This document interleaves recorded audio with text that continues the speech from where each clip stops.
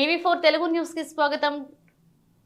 నంద్యాల జిల్లా శ్రీశైలం దేవస్థానంలో వైభవంగా స్వర్ణ రథోత్సవం 6 నక్షత్రాన్ని పురస్కరించుకుని ఈ రోజు శ్రీ స్వామి అమ్మవార్లకు స్వర్ణ రథోత్సవం నిర్వహించబడింది.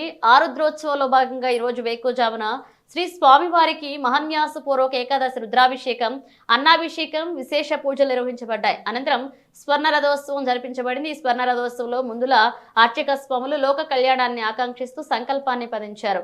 ఇక తర్వాత రబగూడులైన శ్రీ స్వామి అమ్మవార్లకు విశేష పూజలు జరిపించబడ్డాయి. అనంతరం ఉదయం 7:30 గంటలకు ఈ స్వర్ణ రథోత్సవం ప్రారంభమైంది. గంగాధర మండలం మంచి వంది మండపం వరకు తిరిగి అక్కడ నుండి వంది మండపం వరకు రథోత్సవాన్ని పెంచడం జరిగింది.